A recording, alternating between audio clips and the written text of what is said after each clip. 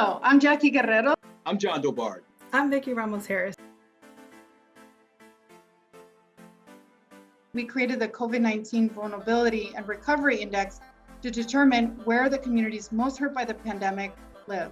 The Biden administration passed the American Rescue Plan Act, and this rescue plan directed $1.9 billion to the Los Angeles County with very little restrictions on its use. We used the index to figure out where those funds were needed the most across the county.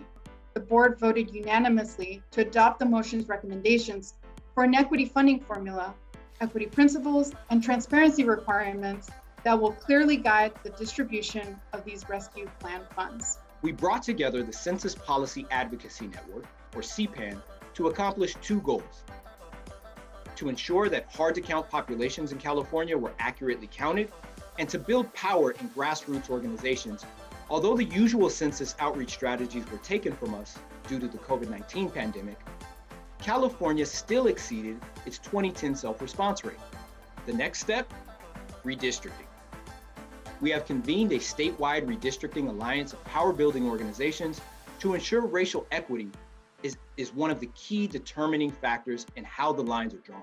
For years, we have been a part of the Equity Alliance for LA's Kids. As federal and state leaders were allocating billions of dollars for schools to deal with the impact of COVID, the Equity Alliance drafted recommendations, and those recommendations were adopted by the school board as part of the Equity is Justice 2021 district policy passed in May of this year. This victory means that an extra $700 million every year will be allocated to the district's highest needs schools as identified by the Student Equity Needs Index. And we want to thank you, Advancement Project California supporters. The flexible funding from thousands of our supporters make it possible for us to jump into this quickly changing, evolving work and make it a success. And we thank you so much.